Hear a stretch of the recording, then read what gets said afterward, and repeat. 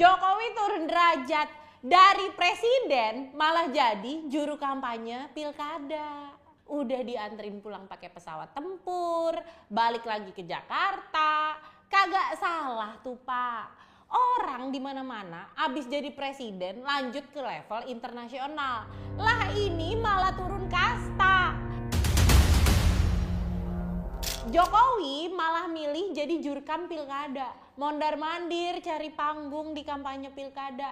Padahal sebelum lengser, Jokowi sendiri yang bilang mau pensiun. Pulang ke kampung ke Solo, mau ngurusin cucu. Yang terjadi di lapangan justru sebaliknya. Emang kan Bapak apa yang diomongin selalu sebaliknya. Kayaknya nih ya, Pak Jokowi emang masih haus popularitas.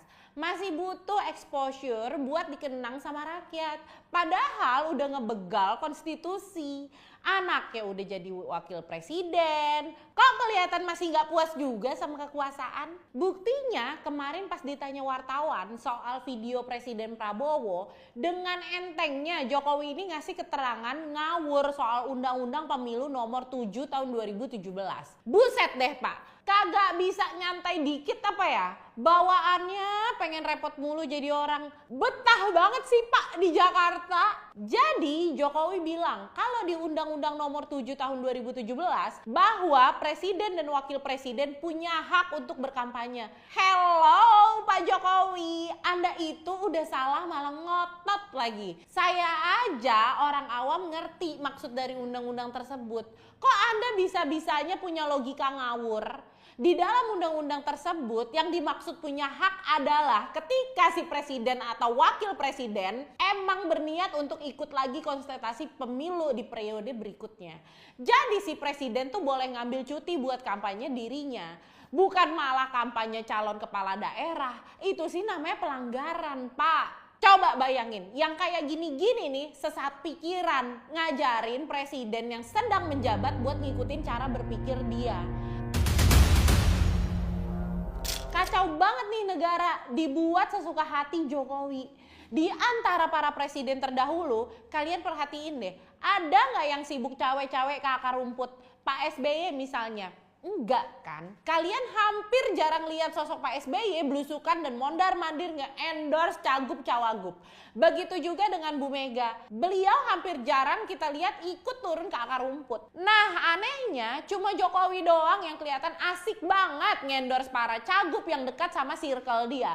Udah gitu pakai asbun bahas undang-undang. Pantes aja Presiden Prabowo sempat bikin video dukungan ke Ahmad Lutfi di Jawa Tengah. Padahal menurut gue Pak Prabowo tahu sebagai presiden aktif ya dia harus netral di pilkada. Nggak boleh memihak ke salah satu paslon. Karena kalau presiden memihak ya berarti dia mengkhianati sila kelima Pancasila. Keadilan sosial bagi seluruh rakyat Indonesia. Semoga aja Pak Prabowo masih ngerti apa makna dari keadilan. Jangan kayak mantan sebelumnya. Dia adil cuma buat kroni-kroni dan circle-nya doang. Kan kelihatan dari keberpihakannya di Pilpres 2024 waktu anak sulungnya jadi cawapres. Oke, setelah Jokowi sibuk kampanye di Jawa Tengah beberapa minggu lalu, elektabilitas Ridwan Kamil di Jakarta ternyata anjlok. Hal itu kayaknya bikin Jokowi khawatir. Padahal sebelumnya Kang Emil udah capek-capek datang ke Solo buat konsultasi.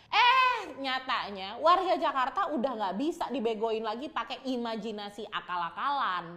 Ditambah kemunculan Anies Baswedan yang tiba-tiba ngasih dukungan buat Mas Pram dan Bang Dul di Jakarta. Jadi wajar aja kalau Ridwan Kamil langsung panik gitu. Nah ngelihat kondisi itu nggak pakai lama Jokowi terbang ke Jakarta buat ketemu sama relawannya dan yang pasti Ridwan Kamil dong. Tapi mohon maaf cawagup dari PKS Pak Suswono nggak diajak dulu ya. Takut bocor say.